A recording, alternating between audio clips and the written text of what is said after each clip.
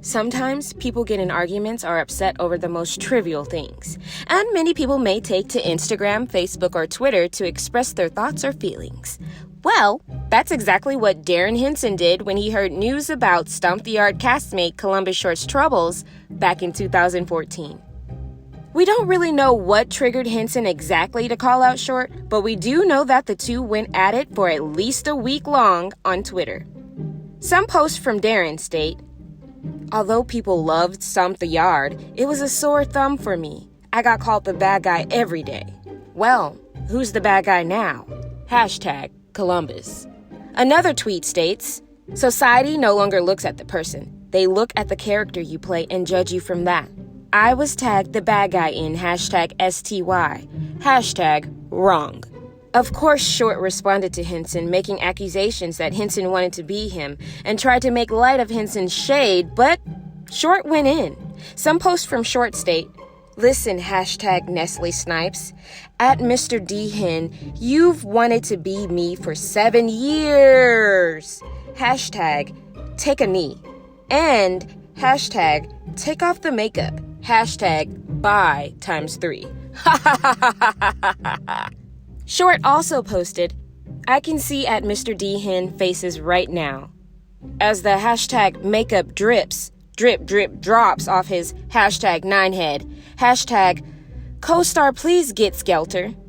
The Joker, formerly known as hashtag Darren's Dance Grooves, aka hashtag Blade 6, aka hashtag Psych Writer, aka 5, 6, 7 late, shall no longer be talked about. Hashtag it is done. LOL. Phew! The pettiness between these two is the reason why they made the countdown. Ooh, the pettiness. Yes. You know what? I just realized that they're both dancers, like professional dancers. I didn't know that back then. Like, I was just like, oh, okay, Columbus Short's an actor, Darren is a dancer, and just had to practice really hard. But no, they both dance. Oh, because Columbus Short danced as a background dancer for Britney Spears. Yeah, before Kevin Federline, right? Mm-hmm. Or maybe during the same time. Yeah, you're right about that. Yeah.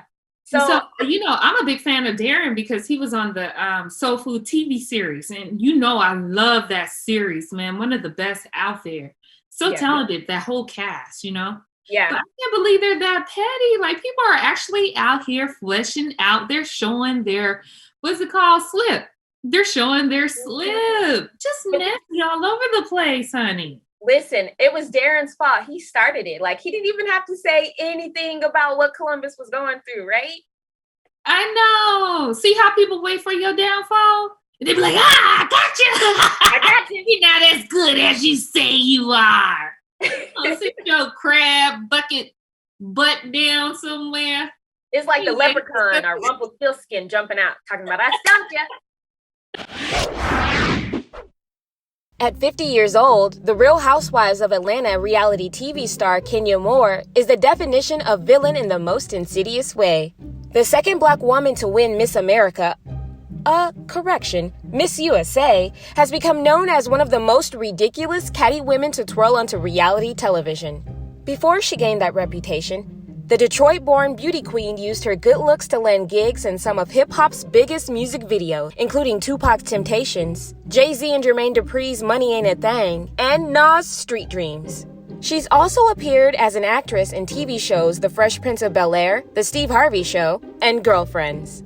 Later, she could be seen in Waiting to Exhale with Whitney Houston and Deliver Us from Eva alongside LL Cool J and Gabrielle Union. In 2012, the Kenya Moore hair care owner joined the Real Housewives of Atlanta.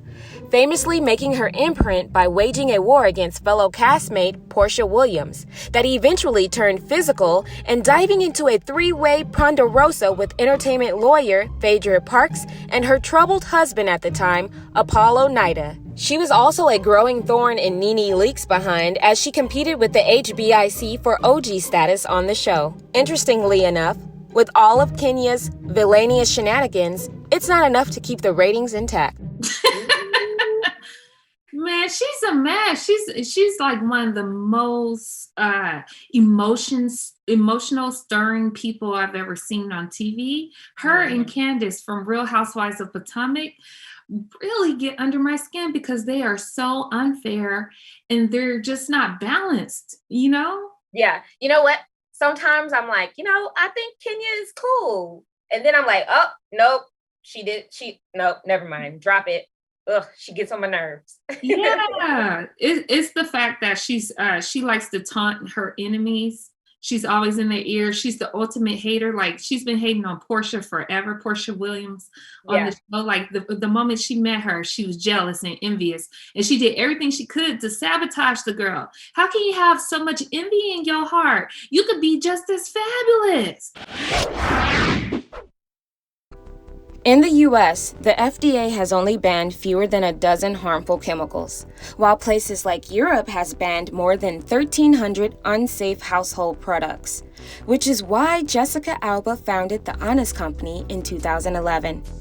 This consumer goods company sells diapers, vitamins, and non-toxic household products on Honest.com and partnering stores like Target. In 2013, Honest Company sales were at $50 million, and the financing put the value of the company at $1 billion in the future. In addition to household products and baby necessities, the Honest Company opened a beauty brand as a separate entity with its own website and logo. Honest Beauty can be found at Ulta, Sephora, Target, and other partnering stores. Honest Beauty has around 83 products that include skincare and makeup. The company created this beauty line for people who wanted something safe and clean from potentially harmful chemicals going on their body. You remember Jessica Alba?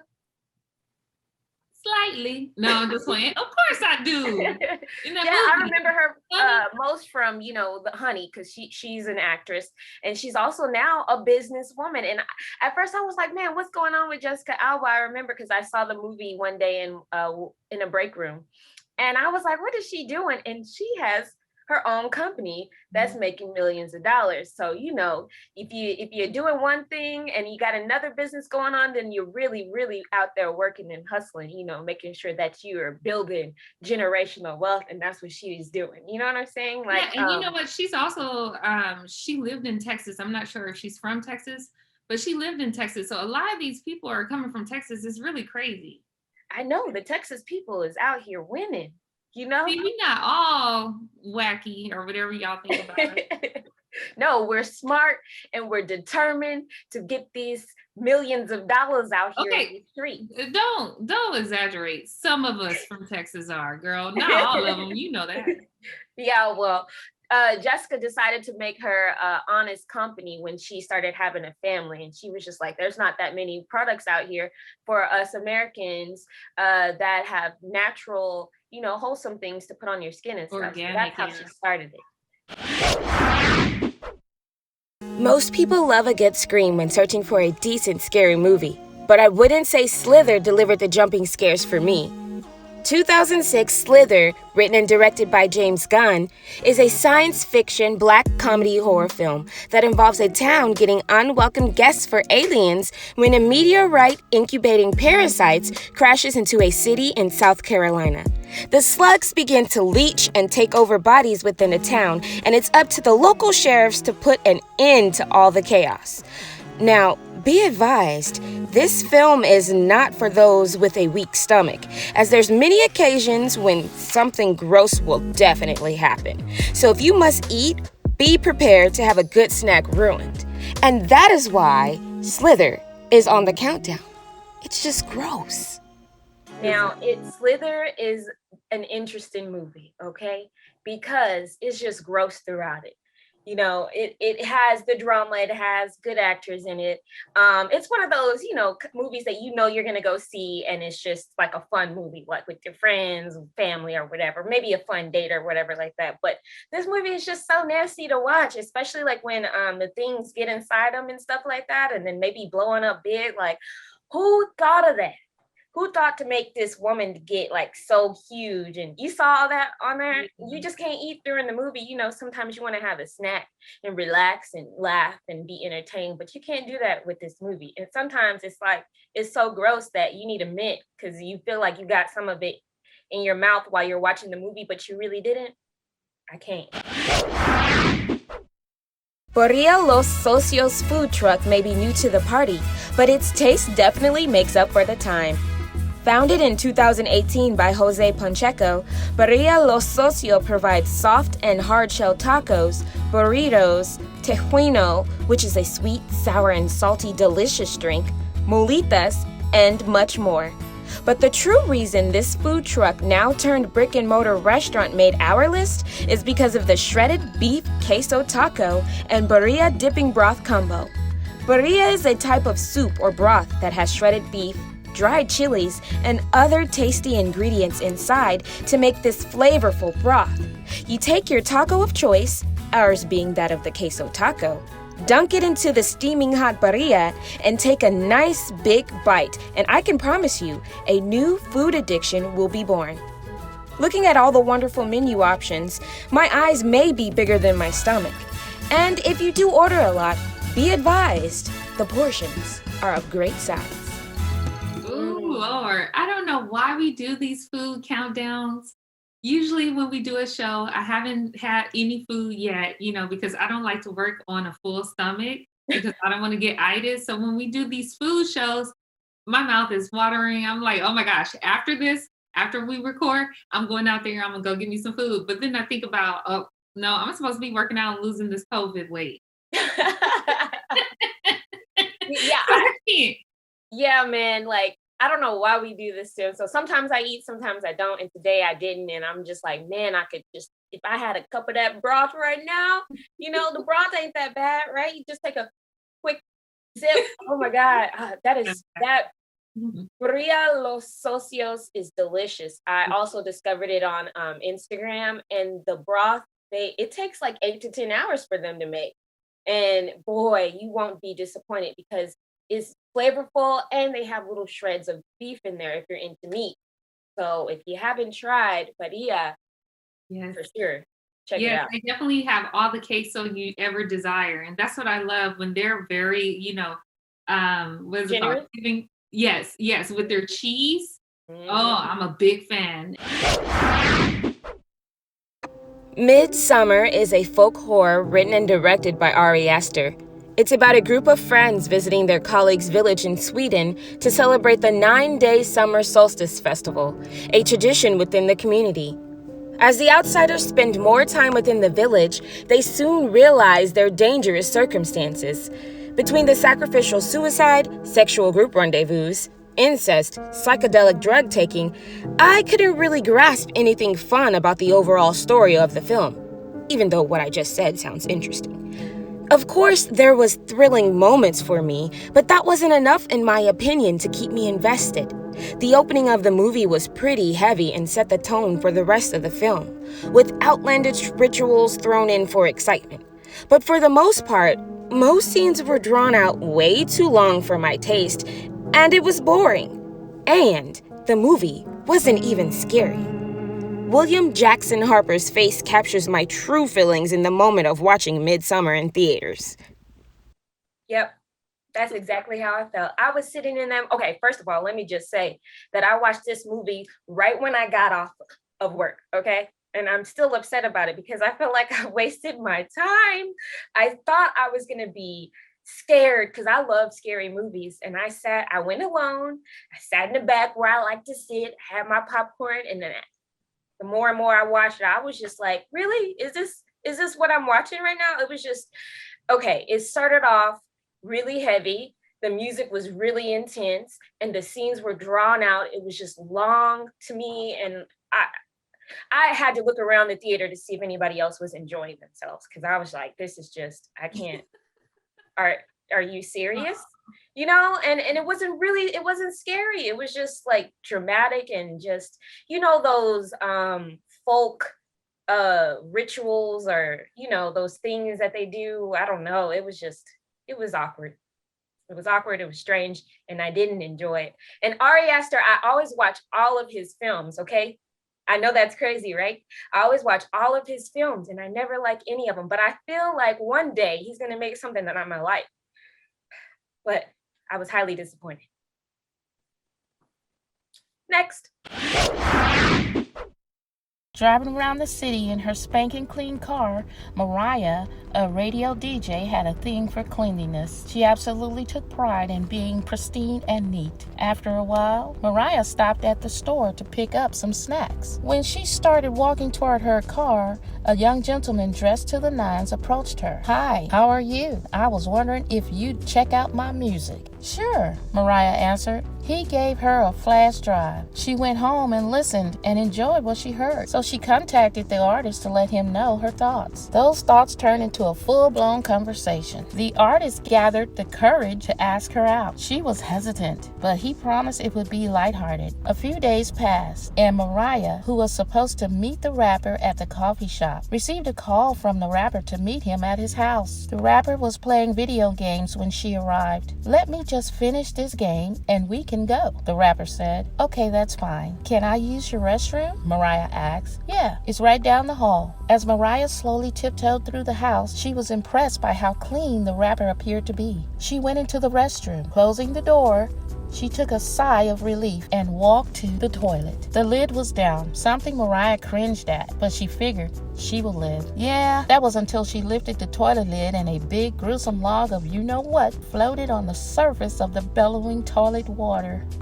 "Ah!" Mariah shrieked. She ran out the restroom toward the rapper. "What's wrong?" He jumped up. "There's something disgusting in your toilet," Mariah said. The rapper followed Mariah to the restroom as she pointed towards the porcelain crown. "There!" The rapper opened the toilet. "Oh, snap! I forgot to plunge it. I'll take care of it." As the rapper went to work, the germaphobe Mariah quietly slipped out and never spoke to him again. Often, when people are homesick, they quickly adapt by making a home away from home. That's what Brianna Valdez did when she relocated from the state of Texas to California. Brianna's nostalgia for her grandmother and mother's cooking, along with her business degree and hospitality work experience, inspired her to open her first restaurant, Home State Tacos, with the tagline, "A Texas Kitchen," in 2013 on Hollywood Boulevard in Los Angeles. Known for naming its tacos after rivers in Texas and famous musicians, the modest restaurant packed a powerful punch with its Tex-Mex breakfast and anytime taco offerings. Ingredients include organic, free-range eggs that arrive daily from Southern California-based Chino Valley ranchers, organic brisket and chicken, a Home State original coffee blend from Nicaragua's Myrish family farms, and of course, you can't forget the loaded queso that took Brianna years to get the perfect recipe. Home State was crowned the best tortilla in Southern California in the 2020 KRCW and Gustavo's Great Tortilla Tournament, and has rave reviews online. The business has grown to include 4 new locations in Highland Park, West Adams, Pasadena, and Playa Vista. Just think, all of this started with Brianna having a small idea and testing that idea out on pop-ups in her backyard and around LA. Home State is another example of home being where the heart is and those tacos being where my mouth is. Yum. Affordable prices, about $3.50 per taco. The queso is awesome. You definitely want to dip your tacos in there if you're a foodie and you want to try something new. And let me just say, queso in California is basically non-existent. Yeah. Okay. So when they came out with their restaurant and then they had queso, we were ecstatic. We were like, let's go try the queso. And then when we tried it, perfect. It reminds us of the Tex-Mex in Texas. Yeah, because I think the only other place you could find queso is like at Chili's, right? Yeah, or Chipotle. They have it now, but it's not the same. Yeah, the consistency is not the same. And then sometimes it's like watery or sometimes it's too thick and they add like chili or something into it. That's just not Yeah, and really like the good. meat in there is like, what is Like it? chili. Yeah. Yeah. So, and I really respect the owner's grind. She has a sister that kind of helped her throughout this whole process. And she's a boss, man. The way she just came out, decided that from being a person that works in the hospitality industry, as far as like on the other end of the spectrum, to being an owner of her own restaurant Mhm. is very commendable. And she did it in a short span of time. Oh yeah. This pic on the countdown is so vain, allegedly, that the Devo created his own social networking site, patterning MySpace, called Hoff Space. Baltimore-born actor David Hasselhoff, aka the most watched man on television, has dazzled fans since the 70s and continues to run amok in Hollywood even to this day. Known for his windblown sandy brown hair, beach tan skin, and muscled physique, Mr. Hasselhoff's resume is one of legend. Remember True Survivor? His acting credits are extensive, ranging from the popular 1990s lifeguard drama Baywatch to his epic characterization of crime fighter Michael Knight in Knight Rider. Speaking of Rider, when it comes to Hasselhoff's demand list for his dressing room or green room requests, he can be a bit of an extravagant. According to sources that choose to remain anonymous and in perfect Devo stance, the Hoff requires a life-size cardboard cutout of who else but the star himself in the backstage rooms at venues where he makes appearances. He doesn't take himself too seriously, though. The good sport parodied himself in a few films and even allowed people to roast him on a 2010 Comedy Central special. Today, the Devo travels the world to motivate thousands of people as a motivational speaker, which is all fine and dandy as long as that life-size cutout is somewhere nearby.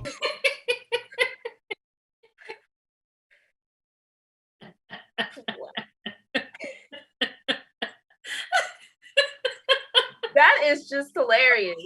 Okay. But you know what? Once you reach a certain status, I feel like you have to have a requirement of something, right? Yes. I mean, what would your requirement be in the green room? I just need some chips and dip. Chips and dip, that's it? Mm-hmm. I don't know what I would have. I honestly have to think of it. Maybe some tulips. I love tulips. I know what you would have. I know what you would have. What? Dark chocolate covered almonds. Yes, with some pickles. Oh Lord. Do you know I saw a show the other day where this woman was terrified of pickles. This worst state is great for discourse and debate. Some people would see it as a big no-no, while others would think it is a dream come true. See, it all started with two friends going to the grocery store. An employee at the store saw the two ladies and knew he had to approach them. He starts talking to one of the friends, and after a few cute exchanges, he compliments her. "You're very beautiful." She's flattered and thanks him, giving off flirty energy. Then, the guy turns to the other friend and says, "Can I have your number?" Can you believe that? That should have been a big enough sign of what was to come. Confused and a little embarrassed, she gives him a hard time. But after a little banter, she gives in and quickly gives him her number. Days pass and he finally calls her. He asks her out to a restaurant just to get to know her. You know, a pre-game date of sorts. They meet at Taco Cabana, out of all places, and he's the most nervous she's ever seen. He keeps stumbling on his words and dropping his empty cup. It's awkward, yet he still finds courage to ask her on an official date. She reluctantly agrees.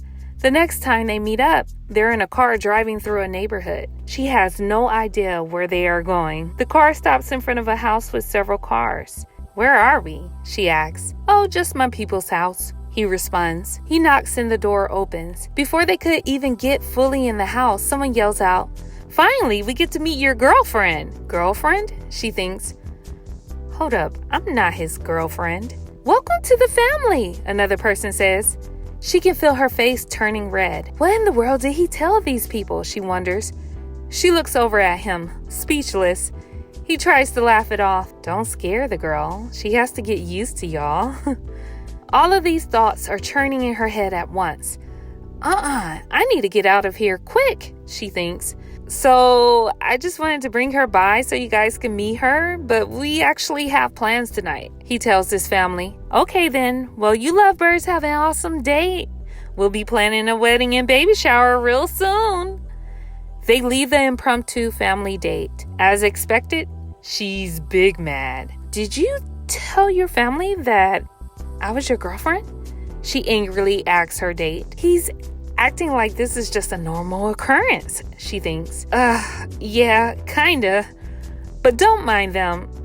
They're always taking things overboard. She yells out, take me home, like, right now. He took her home, and you would think that she would never accept a call from him again after tricking her into being his girlfriend when they were barely on their first date. But having the kind heart she had, she kept in touch. I've been tricked. No, just like bamboozled.